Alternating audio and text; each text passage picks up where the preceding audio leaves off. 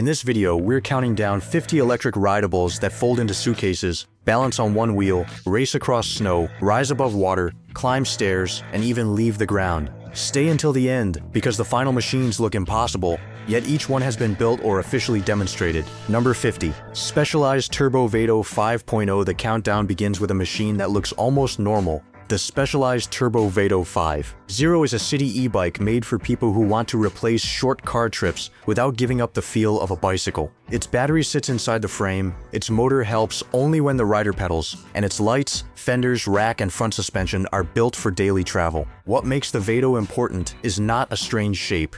It is how much technology has disappeared into a familiar bike. Specialized links the drive system to its phone app, while its system lock feature can disable motor support and trigger an alarm when the bike is moved. The current 5.0 version also uses a large 710 watt-hour battery and the company's full-power 2.2 motor. The limitation is easy to understand. This is still a large, costly commuter bicycle, and real range changes with hills, weather, rider weight, and assist level.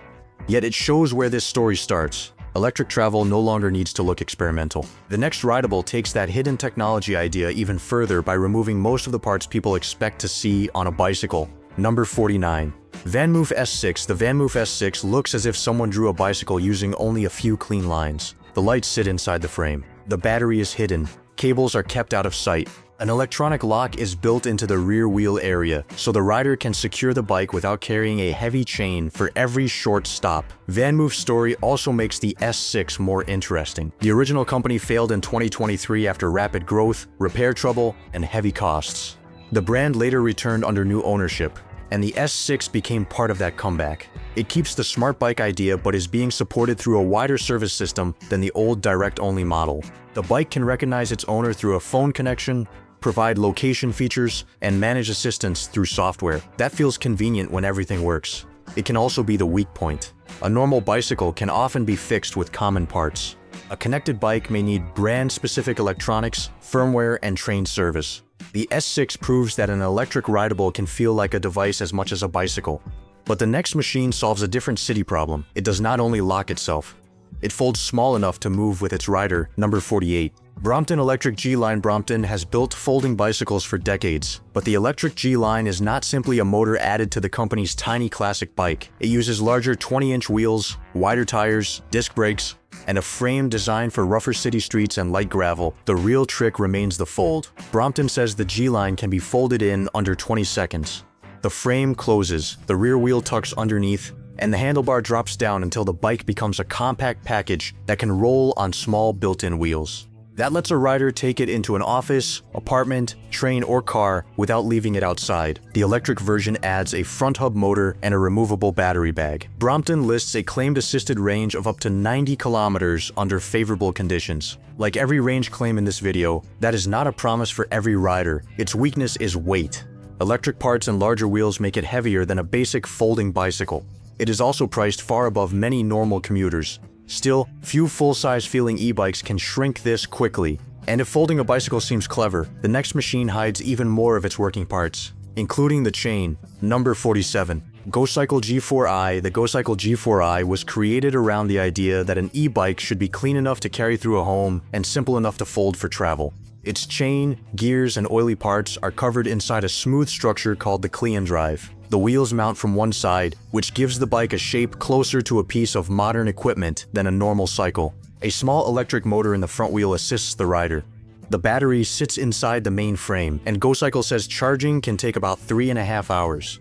Under light use, the company has advertised ranges reaching about 50 miles, though speed, hills, temperature, and assist level can cut that figure. The G4i also uses electronic shifting and a dashboard built into the handlebar. That makes it easy to read at a glance, but it adds special systems that may need brand support later. GoCycle itself changed ownership in 2025 after years of pressure in the bike market. That does not erase the machine's unusual design. It shows how hard it can be to keep a complex electric product alive. The next rideable is less interested in folding. It is built to move with traffic at speeds most bicycles never reach. Number 46. Stromer ST7. The Stromer ST7 is a Swiss speed pedelec, a class of electric bicycle that can assist the rider up to 45 kilometers per hour where local law allows it. At that speed, it may require registration, insurance, a helmet, or a driving license depending on the country. Instead of placing the motor near the pedals, Stromer uses a powerful rear hub drive.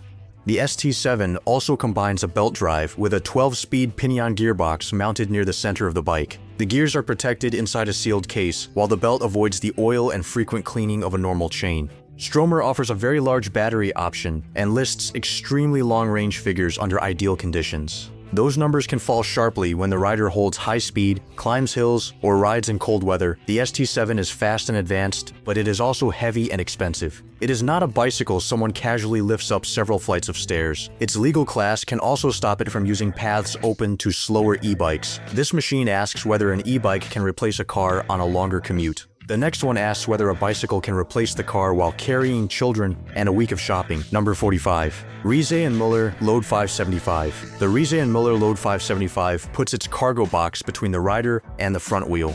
That long frame can be fitted with seats for children, weather covers, cargo walls, or a flat platform for work equipment. It is closer to a small electric truck than a normal bicycle. What separates the Load from many cargo bikes is suspension at both ends. The front and rear suspension help keep the frame steady over broken pavement, while the low cargo area keeps weight near the ground. A Bosch cargo line motor helps the rider start and climb when the box is loaded. The 75 in the name refers to the long cargo area. Depending on the setup, the bike can carry several children or large loads, but every seat, belt, and cargo part must be installed and used within the maker's limits. The Load 5 is long, expensive, and difficult to store in a small apartment. It cannot replace a car for every family, and riding one safely takes practice because braking distance and balance change with weight.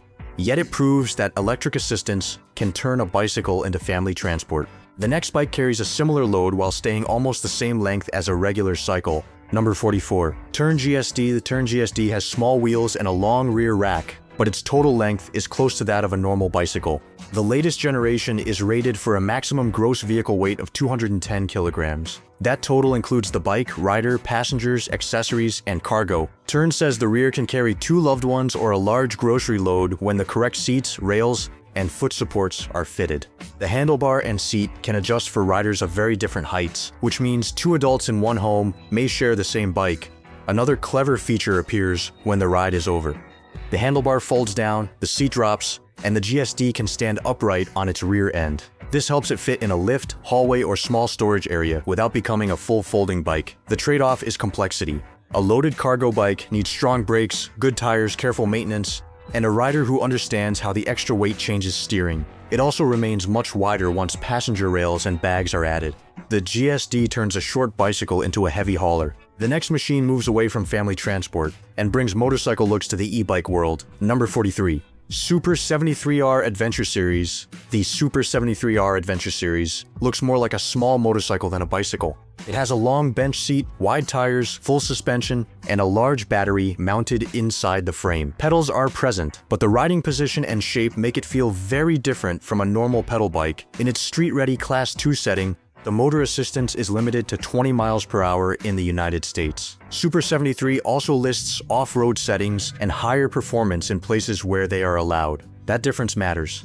A mode available in an app does not make it legal on a public road. The R Adventure uses a 960 watt-hour battery, and the company gives range estimates that change by speed and riding mode. Its wide tires add comfort and grip, but they also add rolling resistance and weight. The biggest question is classification. A machine can have pedals and still fall outside normal e-bike rules if its speed or power is changed. Riders need to know which mode is legal where they ride. The Super 73 blends bicycle and moped style. Number 42 goes in the opposite direction. It is built to leave city streets and carry riders deep into rough country. Number 42. QuietKat Apex XD. The QuietKat Apex XD is an off-road electric bike made for hunters, landowners, and backcountry riders. Its fat tires are meant for dirt, sand, snow, and loose ground. A strong mid-drive motor sends power through the bicycle's gears, helping it climb where a simple hub motor may struggle. The XD version uses an internally geared system that can change ratios without an exposed rear derailleur hanging near rocks and brush.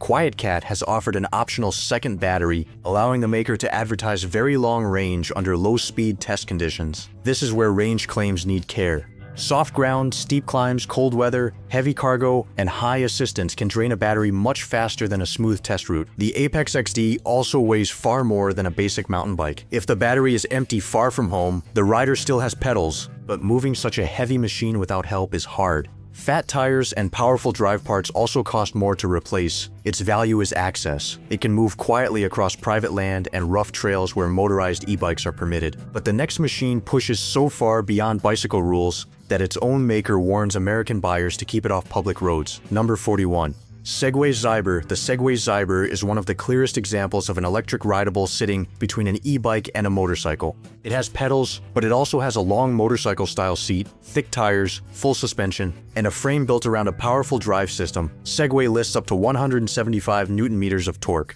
A dual battery setup can produce a claimed range of up to 112 miles under the company's test conditions. Those numbers explain why the Zyber looks so different from a normal city bike. In the United States, Segway labels the Zyber for off-road use rather than ordinary public road travel.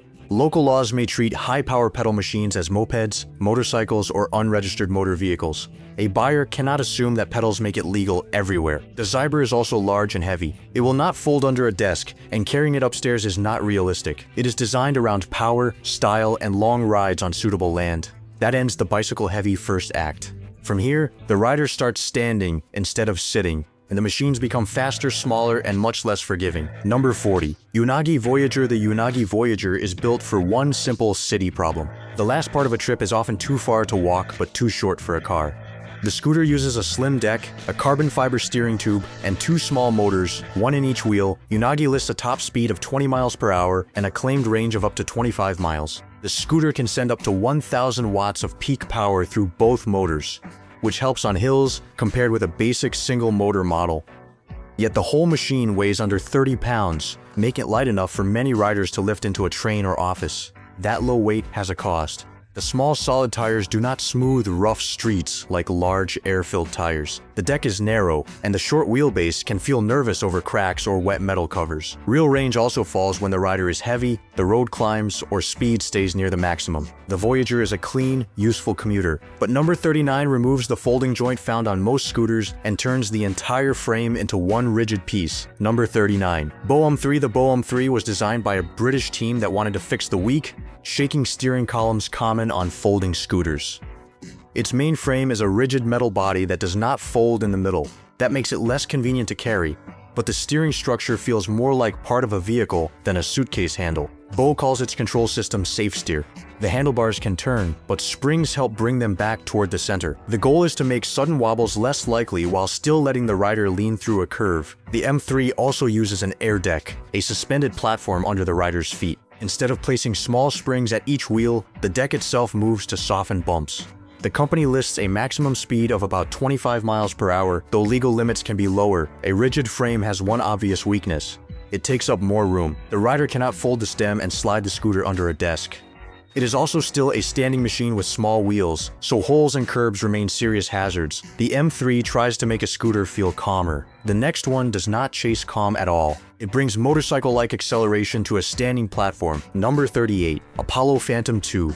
The Apollo Phantom 2.0 is a dual-motor scooter aimed at riders who want far more speed than a basic commuter can offer. Apollo lists a top speed of up to 44 miles per hour and a maximum range claim of about 50 miles for the standard model under ideal conditions. It uses suspension at both wheels, strong hydraulic brakes, turn signals, and a large display. The motors can also slow the scooter through regenerative braking, sending a small amount of energy back toward the battery while reducing wear on the mechanical brakes. Those numbers sound exciting, but a 44-mile-per-hour standing scooter is not a toy. The rider is high above two small wheels, with no seatbelt, body shell, or crumple zone. Road damage that a car barely notices can throw a scooter offline. The Phantom is also much heavier than the Unagi. It can fold, but carrying it for long is difficult. Local rules may treat it as an unregistered motor vehicle rather than a legal e-scooter. Apollo has sold the Phantom in different versions, and stock can change. That makes it a real commercial machine, not a concept, but buyers still need to check current availability. Number 37 makes even the Phantom look restrained. It carries a battery larger than some small electric motorcycles. Number 37. Dualtron X Limited. The Dualtron X Limited is less like a commuter scooter and more like a two-wheeled electric machine that happens to have a standing deck. Its 84-volt, 60-amp-hour battery stores more than 5 kilowatt-hours of energy, which is enormous for this class. Dualtron advertises speeds above 65 miles per hour and range figures beyond 100 miles under controlled conditions. The scooter uses 2 large motors, heavy suspension, wide tires, steering damping, and several cooling systems. The scale is hard to understand until the weight is considered. The X Limited is about 182 pounds. That is heavier than many riders and far beyond anything a person carries onto a train. Folding the stem only makes storage easier. It does not make the scooter portable. At high speed, every part matters. Tire pressure, steering play, brake condition, wheel fasteners, and road surface can decide whether the ride stays under control. Manufacturer top speed tests also do not prove that the scooter is legal or safe at that speed on a public street.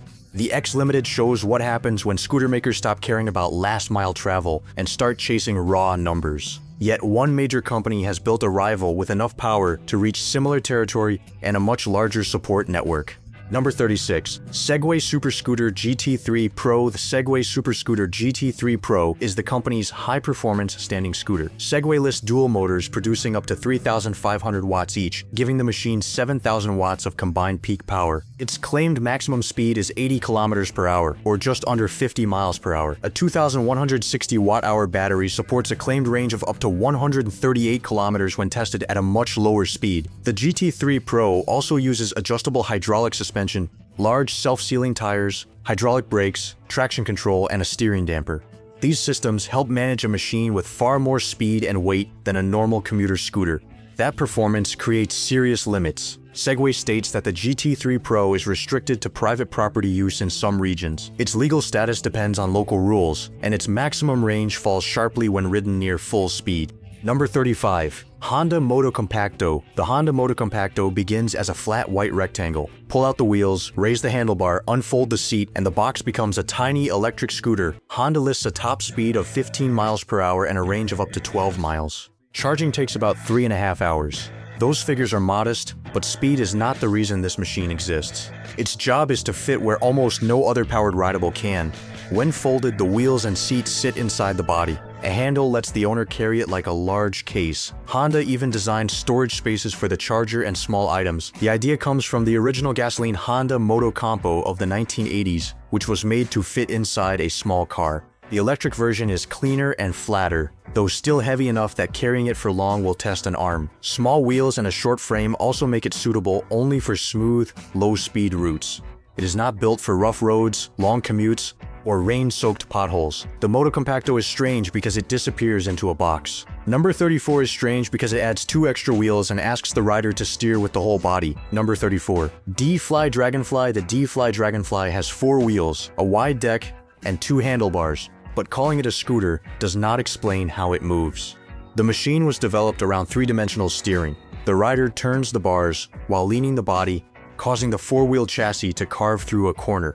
D-Fly launched the Dragonfly as an electric adventure vehicle in 2023. The company showed several versions, including road and off-road setups. Its form mixes ideas from a scooter, skateboard, go-kart, and small sports car. 4 wheels add grip and stability, but they also make the machine wide and complex. The suspension, steering links, and many tires create more parts to inspect than on a normal scooter. It is also a costly specialty product rather than something found at every local shop. Availability has remained limited, so the Dragonfly should not be presented as an easy item to order everywhere. What matters is that working machines were built and publicly launched. It is not only a drawing. The Dragonfly makes a rider carve on 4 wheels. The next Segway puts the rider inches above the ground and turns the rideable into a real electric go-kart. Number 33. Segway Go-Kart Pro 2. The Segway Go-Kart Pro 2 can be 3 machines in one. In its full frame, it is a low-electric go-kart with a steering wheel, pedals, bucket seat, and rear tires designed to slide. Remove the frame, and the powered base becomes a 9bot S-Max self-balancing transporter. The third mode does not move at all. The go-kart can connect to a game console and act as a driving simulator controller while parked. The steering wheel and pedals send inputs to the game, turning the physical cart into part of the screen experience. Segway lists several driving modes, including a high-performance setting. A handbrake can help the rider start a drift on a suitable closed surface. The cart also uses speakers to create artificial engine sounds. The weakness is space. The frame folds, but this is still a large object to store, carry, and charge. It is meant for private areas and tracks, not for mixing with road traffic. Low seating also makes it hard for car drivers to see. The Go-Kart Pro 2 combines a ride, a balance board, and a game controller. Number 32 removes the frame, seat, and handlebar until each foot gets its own powered wheel. Number 32. Segway Drift W1. The Segway Drift W1 is a pair of electric skates, but there are no boots and no line of small wheels. Each foot stands on its own metal platform, with one powered wheel in the center. Sensors measure how each platform tilts. Lean one foot forward, and that skate moves. Shift the other foot differently, and the rider can turn, spin, or slide sideways. The two skates are not physically connected, so balance depends on the rider controlling both legs at once. Segway made the Drift W1 light enough to carry by hand, and the pads are shaped so the left and right units can be stacked together. They are meant for smooth, flat spaces rather than broken streets. The learning curve is the main limit. A self-balancing device can keep the wheel under the platform, but it cannot stop the rider's feet from moving apart. There is also no handlebar to grab when confidence disappears. The Drift W1 is a real product and has remained listed by Segway, though stock can vary by country. It may be one of the smallest rideables in the countdown. Number 31 joins both feet on one board, then places one huge tire directly between them. Number 31. Onwheel GTS Series. Onwheel GTS Series looks like a skateboard that swallowed a go-kart tire. One large wheel sits in the middle of the board, while the rider places one foot on each side. A motor inside the hub moves the tire. Sensors read the board angle hundreds of times as the rider leans forward to speed up, leans back to slow down, and presses the toes or heels to carve. Because the tire is wide and air-filled, the board can cross dirt and rough paths that stop small skateboard wheels. Future Motion lists the GTS series as its performance model, with a claimed top speed reaching 25 miles per hour in the correct setup. That speed requires skill and protective equipment. If the motor reaches its limit, the board cannot keep lifting the front forever. The rider must notice warning feedback and slow down. The on-wheel has no normal brake lever and no second wheel for backup balance. A low battery, loss of grip, or ignored warning can end the ride quickly. It still feels like a machine from science fiction. One tire, one motor, and almost no visible steering system. But number 30 brings back 4 wheels and turns the electric board into something much faster than a normal skateboard. Number 30. Evolve Diablo Bamboo Street. The Evolve Diablo Bamboo Street is a high-performance electric longboard with a flexible bamboo and fiberglass deck. Evolve lists a maximum speed of 31 miles per hour with street wheels. Its 2 brushless motors can produce up to 500 watts each, giving the board 7,000 watts of combined power. The large battery provides a claimed range of up to 50 miles with the street wheel setup. The flexible deck helps absorb some road vibration and gives the board the carving feel Evolve is known for. But this performance comes without a handlebar or mechanical brakes. Motor braking, remote connection, battery condition, wheel grip, and rider balance all matter. Loose stones, wet roads, and deep cracks can become serious hazards at high speed. Number 29. X-Way Atlas V2. The X-Way Atlas V2 is a carbon fiber electric skateboard that can be ordered with 2-wheel or 4-wheel drive. With street wheels, it acts like a fast longboard. Fit large pneumatic tires, and it can cross gravel, grass, and rough paths. X-Way lists speeds reaching about 34 miles per hour, depending on the drive and wheel setup. The 4-wheel drive version uses motors at both ends, giving it more grip when climbing or accelerating. Regenerative braking slows all driven wheels and returns a small amount of energy to the battery. The carbon deck is strong and leaves room underneath for a large battery, but it does not flex like bamboo. That means more road shock reaches the rider. 4 motors, belts, tires, and control parts also add weight and more points that need inspection. A remote controls every major movement. If the connection drops or the battery in the remote dies, the rider loses normal throttle control. That is why safe riding includes checking more than the board's main battery. The Atlas can change from road board to off-road machine, but the rider still stands on 4 small contact patches. Number 28 reduces that to 1 wheel and somehow adds suspension. Number 28. InMotion V14 Pro. The InMotion V14 Pro is an electric unicycle built around 1 large wheel, folding foot platforms, and a tall battery body held between the rider's legs. There is no seat, steering bar, or second tire. The V14 uses electronic balance to keep its shell upright while the rider leans. Its suspension gives the wheel 85 millimeters of movement, helping it absorb drops and rough ground. InMotion advertises up to 9,000 watts of peak power and speeds near 50 miles per hour for experienced riders under controlled conditions. Those figures make the V14 closer to a one-wheel off-road vehicle than a commuter toy. Yet the basic rule never changes. If the motor cannot create enough force to stay under the rider, the machine can tip forward. Electric unicycles use alarms and pedal tilt to warn when speed, temperature, or battery limits are near. Ignoring those warnings is dangerous. The rider must also learn to mount and stop without anything to hold. The V14 can climb and jump across terrain that looks impossible for one wheel. It is also illegal on many public roads because laws were not written for such machines. Number 27 uses the same idea but adds one of the largest suspension systems found on any electric unicycle. Number 27. Kingsong S22 Pro Plus. The Kingsong S22 Pro Plus is another high-performance electric unicycle, but its long suspension arms make it look like a wheel held inside a metal exoskeleton. Kingsong lists 130 millimeters of suspension travel, enough to soften stairs, roots, and hard landings when used by a skilled rider. Its 220 watt-hour battery and high-output motor support claim speeds above 40 miles per hour.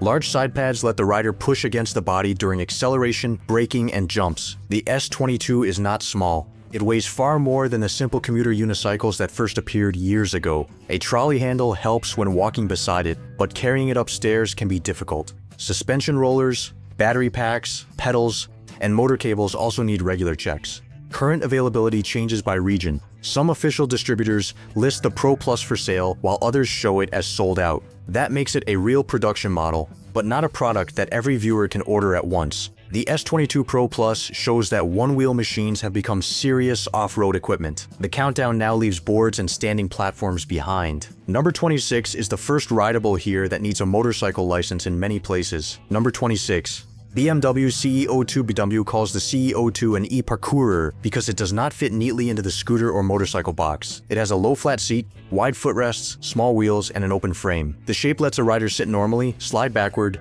or place the feet in different positions. The full power version is made for urban roads, while a reduced power version is offered in some markets for younger or differently licensed riders.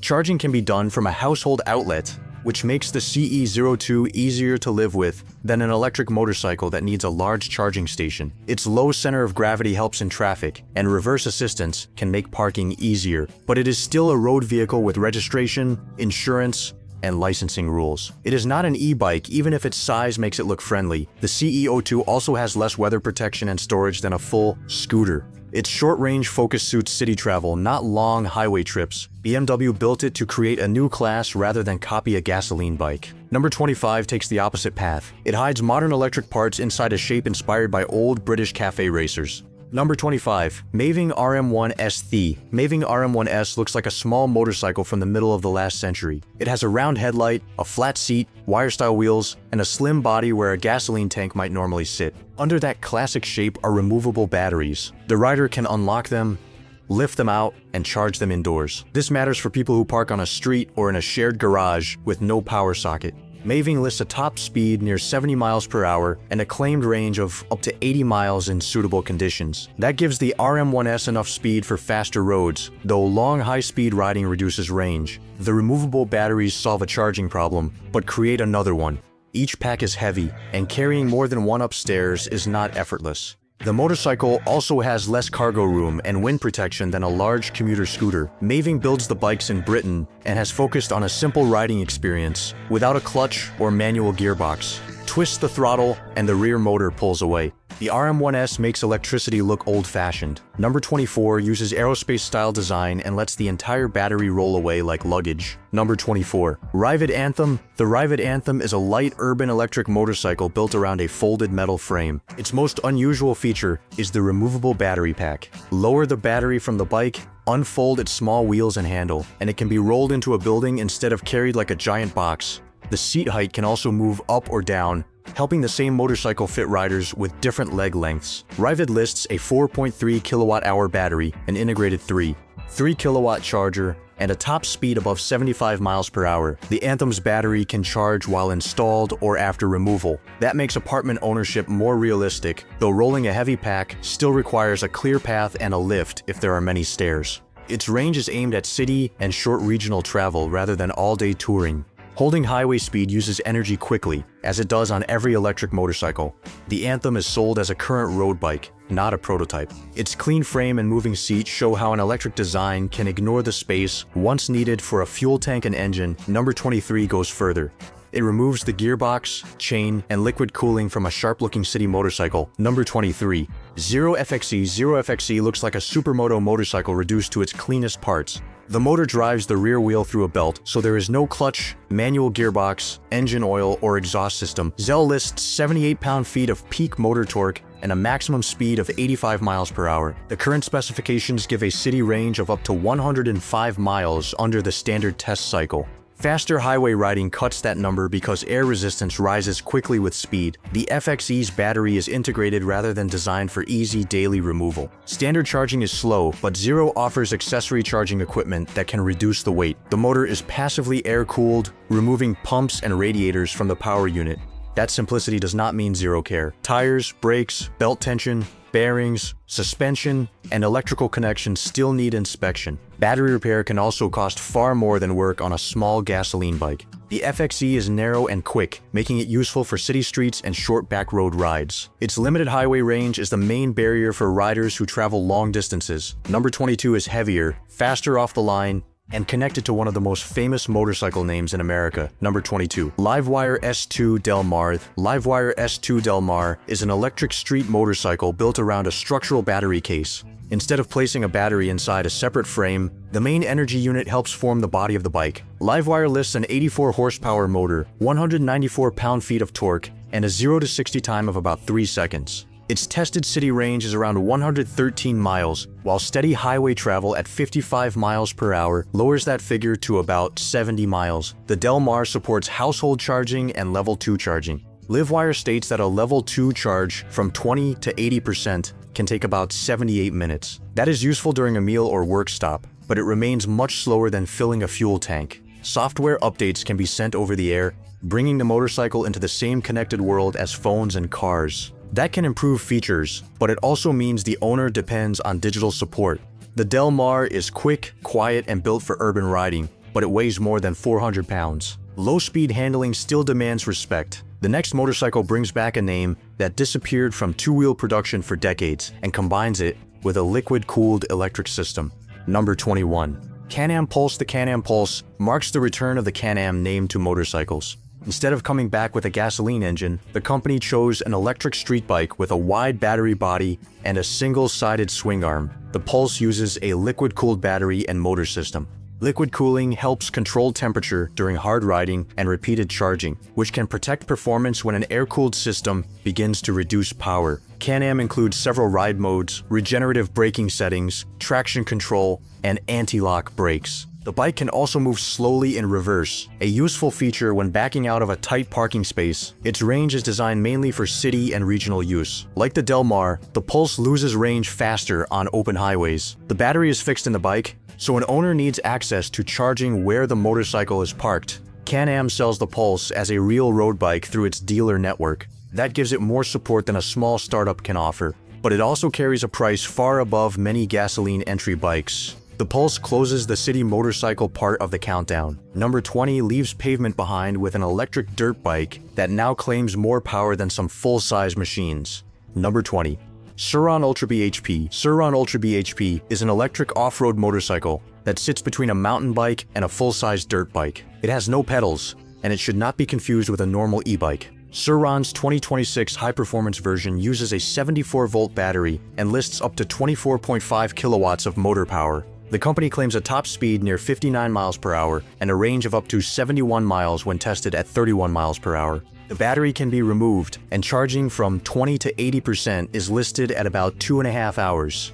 Adjustable regenerative braking lets the rider choose how strongly the motor slows the rear wheel when the throttle closes. The Ultra B is quieter than a gasoline dirt bike, but it is not silent. Tires, chain, suspension, and wind still make noise. Its speed also means motorcycle-level protective gear and skill are needed. Road legality changes by model and location. The off-road version belongs on private land and approved trails, Not public streets without the required approval. The Ultra B gives riders serious performance in a compact frame. Number 19 removes even more limits by letting the owner set its power anywhere from beginner level to 80 horsepower. Number 19. Stark Varg EX. The Stark Varg EX is an electric enduro motorcycle designed for trails, competition, and road use in markets where it has approval. Its motor output can be changed through software from about 10 to 80 horsepower. That wide setting range is one of its best ideas. A new rider can lower the power, while an expert can unlock a much harder hit. The phone used to adjust the bike also clips into the handlebar area and acts as a display. Because an electric motor does not need a normal gearbox, the VRG can change how its power arrives without changing gears. The rider can also adjust engine braking feel through software, making the motorcycle act more like a 2-stroke, a 4-stroke, or something between them. The EX version adds the equipment needed for road approval in supported countries, including lights and other legal parts. That does not make it street legal in every region. Its battery is large, but hard off-road riding can consume energy quickly. Recharging during a remote trail day is more difficult than carrying a small fuel can. The Varg EX turns software into a tuning tool. Number 18 hides its motor inside a wheel with no visible center hub, creating one of the strangest motorcycle shapes ever sold. Number 18. Verge TS Pro. Verge TS Pro is built around a rear wheel that appears to have an empty center. The motor sits around the rim instead of inside a normal hub, leaving a large open circle where the axle and spokes would usually be. Verge calls this its donut motor. Moving the motor into the wheel frees space in the main body for batteries and keeps the motorcycle's look unlike anything else on the road. The company has announced new TS Pro versions using solid-state battery packs. Verge claims that its largest planned pack can reach as much as 370 miles under favorable conditions and charge very quickly on a high-power system. Those are manufacturer claims, and real highway range will be lower. The wheel motor also creates questions. It adds unsprung weight, meaning more mass moves with the wheel over every bump. Verge says its engineering controls that effect, but the design is still far less common than a frame-mounted motor and belt. The TS Pro is a premium motorcycle with limited market reach. It exists as a commercial product, while some of the newest battery versions are part of a rollout rather than something available in every showroom. The Verge makes an empty wheel center look normal. Number 17 removes the road completely and lifts a surfboard above the water. Number 17. Fliteboard Series 5. The Fliteboard Series 5 is an electric hydrofoil, usually called an eFoil. A mast extends below the board into the water. At the bottom of that mast are underwater wings and a small electric drive. As speed builds, the wings create lift. The board rises above the surface, leaving only the mast and foil in the water. Drag falls, the ride becomes quiet, and the person appears to float above the waves. A handheld remote controls motor power. The rider shifts body weight to rise, lower, and turn. Flight Series 5 system includes the Flight Jet 2 option, which places the spinning parts inside a shroud rather than leaving an open propeller. Learning is still difficult. The foil can pitch, roll, and rise at the same time. Beginners often start on their knees before trying to stand. Water depth matters because the long mast can strike the bottom. The battery must also be handled and sealed correctly. Salt water and high voltage equipment demand careful cleaning and inspection. The Fliteboard makes flying above water possible, but it still expects the rider to balance like a surfer. Number 16 adds handlebars and a much larger platform, so almost anyone can try the same idea. Number 16. Fleet Scooter. The Fleet Scooter takes the eFoils system and turns it into something closer to a scooter on water. A wide inflatable board supports the rider, while tall handlebars provide a steady place for both hands. The motor and foil work like those on a Fliteboard. Once enough speed is reached, the board lifts above the surface. The rider controls power with a thumb unit on the handlebar and steers by leaning the whole machine. The large board helps it float while stopped, and the handlebars reduce the fear of standing without support. Flight markets it as an easier entry point for resorts, families, and riders who may never have surfed. Ease does not remove the rules. The mast still needs deep water. The foil can strike rocks, swimmers, or the bottom. The machine is also heavy, so launching it may require 2 people or a special trolley. Its battery and drive parts are shared with Flight's wider system, which helps support. Yet the Flight Scooter costs far more than a normal paddleboard and needs charging after each session. This machine makes hydrofoiling feel almost calm. Number 15 stays on the water's surface and uses a powerful jet to move without waves, wind, or a towboat. Number 15. Awake Revic. The Awake Revic is an electric jetboard. Unlike an eFoil, it does not rise on a long underwater wing. The board stays close to the surface while an electric water jet pushes it forward. A wireless hand controller manages speed. The rider can lie down, kneel, or stand, depending on skill. Because the jet provides the movement, the board does not need waves, wind, or a boat. Awake sells several Reviac versions. Some focus on easier learning, while others are designed for faster turns and stronger acceleration. The battery cartridge can be removed from the board for transport and charging. Jetboards use energy quickly because they push through the water instead of lifting above it. Ride time is usually measured in tens of minutes, not hours. The machine is also heavy before it reaches the water. The enclosed jet is safer than an open propeller, but the board can still hit people at speed. Riders need open water, local permission, a flotation device, and enough distance from swimmers. The Revic feels like a powered surfboard. Number 14 comes from the same company but trades surface speed for the silent feeling of flying on a foil. Number 14. Awake Vinga. The Awake Vinga is the company's eFoil family. Like the Flightboard, it uses a mast, underwater wing, electric motor, and removable battery. Once the wing produces enough lift, the board rises above the water. Awake's modular system allows different boards, wings, and mast lengths to be joined around the same main drive unit. A beginner can use a larger wing that lifts at lower speed. A skilled rider can choose a smaller wing for faster, sharper turns. The strange part is how little power it seems to need after takeoff. With most of the board out of the water, only the narrow mast and wings create drag. That lets the machine glide quietly between bursts of motor power. The foil is also its greatest risk. It is a large, hard object moving underwater where other people may not see it. Shallow water can damage the mast or throw the rider forward. The Vinga is commercial, but it remains a high-cost sports machine that needs training and careful battery handling. Electric boards can now fly and surf without waves. Number 13 may be even harder to believe because the rider sits on a saddle and pedals across a lake as if it were a road. Number 13. Manta 5 Hydrofoiler SL3. The Manta 5 Hydrofoiler SL3 is an electric bicycle made for water. It has a saddle, handlebars, pedals, and a bicycle-style frame. Instead of wheels, it uses two hydrofoil wings below the surface. The rider begins pedaling while the electric motor adds support. As the machine gains speed, the foils lift the frame above the water. From a distance, it looks as if someone is cycling across a lake with nothing underneath. The SL3 can be taken apart into several main pieces for transport. That matters because a complete water bike is too awkward for most car roofs. Different assist settings let the rider choose between harder exercise and stronger motor help. Starting takes practice. The machine must move fast enough for the foils to lift. And stopping means sinking back into the water. A failed start usually ends with the rider swimming beside the bike. The hydrofoiler needs calm, open water, and enough depth for the wings. It is not meant for crowded beaches or rocky shallows. This machine turns cycling into a water sport. Number 12 adds a seat for 3 people and enough electric power to act like a full personal watercraft. Number 12. Taiga Orca WX3. The Taiga Orca WX3 is an all-electric personal watercraft designed to carry as many as 3 riders. It uses a battery and electric motor instead of a gasoline engine, so there is no exhaust smell or engine oil in the water. Taiga lists up to 120 kilowatts of power. The company says the WX3 can support around 2 hours of mixed stop-and-go riding under suitable conditions. It also supports faster charging when connected to the correct equipment. Electric drive changes the feel of a watercraft.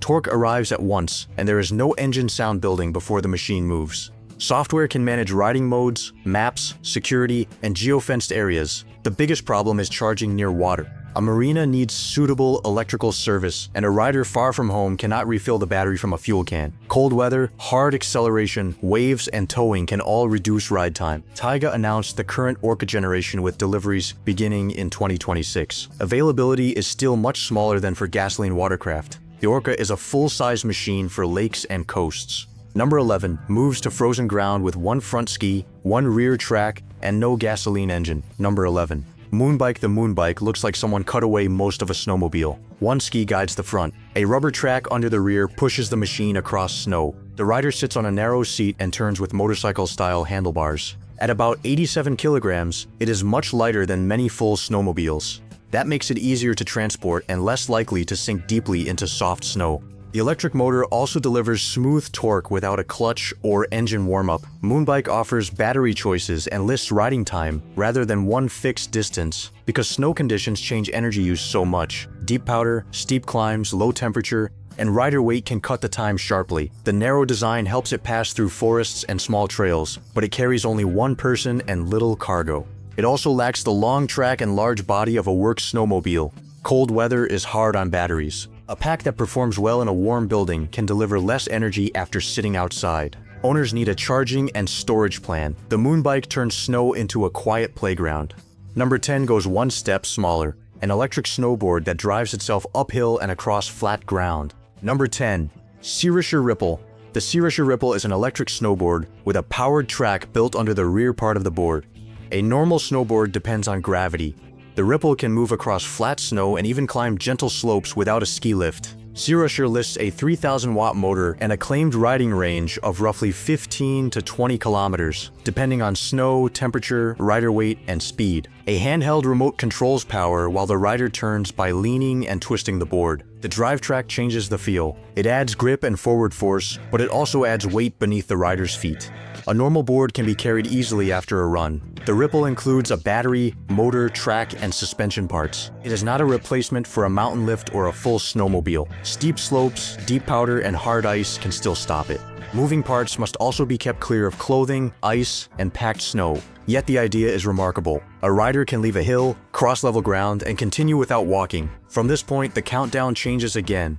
Number 9 is not built for sport. It uses strange wheel technology to give people with limited mobility more freedom indoors and outside. Number 9. Will Model C2. The Will Model C2 is a powered mobility chair that can turn inside a space where many scooters need to reverse several times. Its front wheels are made from many small rollers. Those rollers allow the wheels to move sideways while the chair turns. Will lists a turning radius of about 29.9 inches, a top speed of 5 miles per hour, and a range of up to 11 miles. The seat, armrests, and control position can be adjusted for the user, while the chair can be taken into several parts for transport. A phone app can drive the empty chair slowly toward the user or move it out of the way. That may sound like a small feature, but it can help someone who cannot easily pull a heavy chair closer by hand. The C2 is still a medical mobility device, not an all-terrain robot. Curbs, steep slopes, deep gravel, and wet surfaces remain limits. Battery care and correct seating also matter for safety. Will issued a voluntary Bluetooth-related corrective update for some Model C2 and F chairs in 2026, reminding owners that connected mobility devices need software care as well as tire and battery checks. Number 8 goes beyond tight turns. It can balance on 2 wheels and use hidden tracks to climb a staircase. Number 8. Siwo Bro. The Siwo Bro is a powered wheelchair that changes its shape for different ground. On level floors, it balances on 2 large wheels. Small support wheels help at low speed and while parking. When the chair reaches a staircase, rubber tracks fold down under the seat. The user lines up with the steps, and the tracks pull the chair upward while the seat remains level. The system can also lower the user back down. Siwo lists a top speed of about 10 kilometers per hour and a claimed range reaching 35 kilometers. The chair can raise its seat so the user speaks closer to standing eye level, and it can lift the front to cross some curbs. Stair climbing is not automatic magic. The steps must fit the machine's size and shape limits, and the user needs training. Wet, damaged, narrow, or twisting stairs may be unsuitable. It is also a very expensive product compared with a standard powered chair. The Bro matters because it attacks a barrier most wheelchairs cannot solve. A building without a lift can become a wall. Even when the front door is open, the next rideable removes the joystick. Honda designed it so the user can move by leaning the upper body while both hands remain free. Number 7. Honda UniOne. Honda UniOne is a seated mobility device controlled mainly by body movement. Lean slightly forward and it moves forward. Shift to the side and its drive system turns or slides in that direction. Honda uses special wheel units that can move in many directions without first pointing the chair toward the new path. That lets the UniOne move through offices, museums, shopping areas, and other indoor spaces while the rider keeps both hands free. The seat can rise into a higher position for movement, bringing the user closer to the eye level of standing people. When stopping or getting on, it lowers for stability. The UniOne spent years as a development project, but Honda began corporate sales in Japan in September 2025. That moved it beyond a display-only concept, though it is not a common consumer product around the world. Body control may not suit every user. The person must be able to shift weight safely, and the machine is designed for controlled spaces rather than rough trails or public roads. The UNI ONE feels futuristic because it follows the body. Number 6 goes further. Yamaha built a motorcycle concept that can stand on its own and move toward its rider. Number 6. Yamaha Mo OID2. The Yamaha Moto OID2 is not a motorcycle anyone can buy. It is a working research concept created to study how a machine might recognize, balance with, and respond to a human rider. Yamaha demonstrated the Motor OID2 standing upright without a person holding it. The front and rear sections can move in relation to each other, shifting the machine's center of gravity. This lets it balance at very low speed and change its body position. The concept can identify gestures and approach its owner during a demonstration. Once ridden, it treats the person and machine as one moving unit rather than keeping the frame fixed like a normal motorcycle. Its shape is just as unusual. The battery and rear wheel appear to form one creature-like body, while flexible parts wrap near the rider instead of using a normal fuel tank. Moto OID2 is proof of engineering, not proof that self-balancing motorcycles will fill showrooms next year. Its sensors, moving frame, and control systems are complex and costly. Still, Yamaha has shown it operating in public, so it belongs on this list as a real prototype. Number 5 leaves 2 wheels entirely. Toyota's Rideable walks on 4 robotic legs and can step over ground that stops a normal chair. Number 5. Toyota Walk Me. Toyota's Walk Me is a real 4-legged personal mobility concept revealed at the 2025 Japan Mobility Show. Toyota developed it around the idea of moving beyond the limits of a traditional wheelchair. Instead of rolling only on wheels, Walk Me uses 4 powered legs that can step across uneven ground and changes in height. Toyota says the concept is designed to move across steps and irregular surfaces both indoors and outdoors. Its body can also rise from a low position in a motion that Toyota compares with a person standing from a traditional Japanese kneeling posture. Walk Me remains a concept rather than a product available for purchase. Toyota has not announced a retail price, production date, or final performance figures. Number 4. Kawasaki Corleo. Kawasaki Corleo is a 4-legged off-road personal mobility concept inspired by both motorcycles and robotics. The rider controls it through weight shifts detected by the foot platforms and handlebars. Its 4 rubber hooves are designed to adapt to surfaces such as grass, rocks, and rubble. Corleo is electrically driven, but it is not a normal battery electric rideable. A 150cc hydrogen engine generates electricity, which then powers electric drive units inside the 4 legs. Kawasaki first revealed the concept at Expo 2025 and later announced continued development. It remains a future mobility project rather than a vehicle customers can currently purchase. The name should remain Corleo. Kawasaki's Bex robot is a separate earlier robotics project and is not the machine described in this section. Number 3. Lift Hexe. Lift Hexe is a single-seat electric aircraft with 18 motors and propellers arranged around a wide frame. The pilot sits in the center and controls movement with a small joystick. Push forward, and the flight computer changes motor speeds to tilt the aircraft. Pull back, and it slows. The many motors give the system extra support because the aircraft can remain controlled after some failures within its tested limits. Hexe was designed to fit the United States ultralight category when operated under the required rules. That can remove the need for a normal pilot certificate, but it does not allow a person to fly anywhere. Ultralight rules limit where, when, and over whom the aircraft may operate. Lyft has offered supervised flight experiences rather than selling Hexe as a normal daily commuter. Training happens before the person leaves the ground, and the flight area is controlled. Battery time is short, and weather is a major limit. Strong wind, rain, low visibility, and crowded airspace can stop a flight completely. The Hexe shows that personal electric flight is already possible in a managed setting. Number 2 is a more polished eVTOL that entered production and opened orders at a price close to that of a small house. Number 2. Pivotal Helix. Pivotal Helix is a 1-seat electric vertical takeoff aircraft with a shape like 2 joined wings. It rises without a runway, then tilts its body as it moves forward. Pivotal lists around 20 minutes of flight time and roughly 20 miles of range, with reserves and operating limits built around the mission. The company opened orders with a starting price around $190,000, making the Helix a real production aircraft, but not normal personal transport. The pilot uses simple controls, while computers manage the many fast balance corrections.